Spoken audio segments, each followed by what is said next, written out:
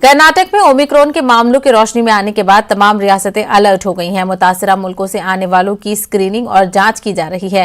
मुंबई की मेयर किशोरी पेडनेकर का कहना है कि सूरत हाल के पेश नजर नया एक्शन प्लान बनाया गया है। इसके तहत एयरपोर्ट्स को गैर मुल्की मुसाफिरों के हवाले से डिजास्टर रूम को जानकारी देना लाजमी है। उन्होंने कहा कि अब तक बैरून मुल्कों से आने वाले 288 मुसाफिरों के सैंपल्स जीनोम सीक्वेंसिंग के लिए पुणे भेजे गए हैं, जिसकी रिपोर्ट जल्द आ जाएगी।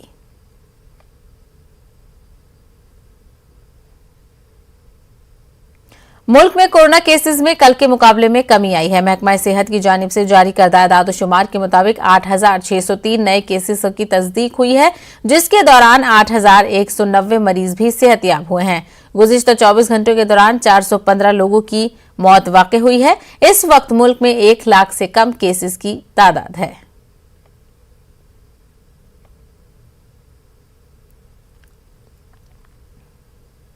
मुत्तहिदा आंध्र प्रदेश के साबिक वज़ीर आला के रोशया का आज सुबह 8:30 बजे इंतकाल हो गया।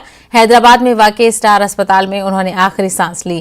के रोशया मुत्तहिद आंध्र प्रदेश के वज़ारत आला के ओहदे के अलावा तमिलनाडु के गवर्नर भी रह चुके हैं।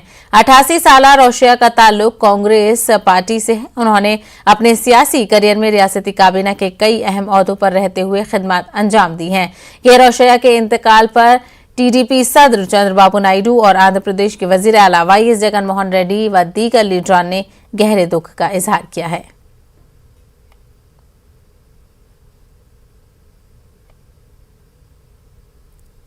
फिलहाल रुकेंगे एक छोटे से ब्रेक के लिए, जल्द लौटेंगे कुछ और खबरों के साथ।